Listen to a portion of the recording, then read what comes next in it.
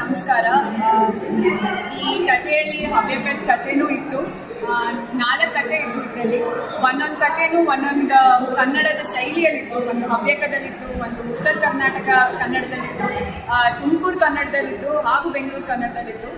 So ನಂಗೆ ಇಬ್ಬರು ಹವ್ಯಕನೇ ಆಗಿದ್ದರಿಂದ ಹವ್ಯಕದ ಕತೆ ತುಂಬ ಕನೆಕ್ಟ್ ಆಯ್ತು ನನಗೆ.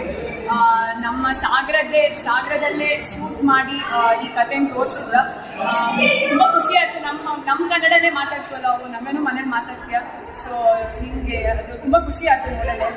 ಸೊ ಅವ್ನು ಹೇಳ್ತಾರೆ ಪಾರ್ಟ್ ಎಲ್ಲ ರಾಶಿ ಚಲೋ ಇತ್ತು. ಮತ್ತು ನಮ್ಮ ಮದರ್ ಟಂಗ್ ಆಗಿದ್ದಕ್ಕೆ ನಮ್ಗೆ ಕನೆಕ್ಟ್ ಆಗೋದು ರಾಶಿ ಈಸಿ ಇತ್ತು. ನೋಡಿ ಹೋಗ್ಬೇಕು, ಯಾರು ಬಂದು ನೋಡಿದ್ರು ನಿಮಗೆ ಕಥೆನೂ ರಾಶಿ ಇಷ್ಟ ಆಗ್ತದೆ. ಮತ್ತು ಲ್ಯಾಂಗ್ವೇಜಿಂದ ನಿಮ್ಗೆ ಒಂಥರ ಹೋಮ್ಲಿ ಫೀಲಿಂಗ್ ಬರುತ್ತೆ. ಸೊ ಆಲ್ ಇನ್ ಆಲ್ ರಾಶಿ ಚಲೋ ಇತ್ತು. Must watch. ಎಲ್ಲ ಸಿರ್ಸಿ, ಸಾಗರ, ಮಲೆನಾಡು ಕಡೆ ಯಾರ್ಯಾರಿದ್ದ ಹವ್ಯಕದವು ಎಲ್ಲರೂ ಅಥವಾ ಬೆಂಗಳೂರಲ್ಲಿರೋ ಎಲ್ಲರೂ ಬನ್ನಿ ಈ ಸಿನಿಮಾನ ನೋಡಿ ಹಾರೈಸಿ ಅಂತ ಕೇಳ್ಕೊತಿ. Thank you.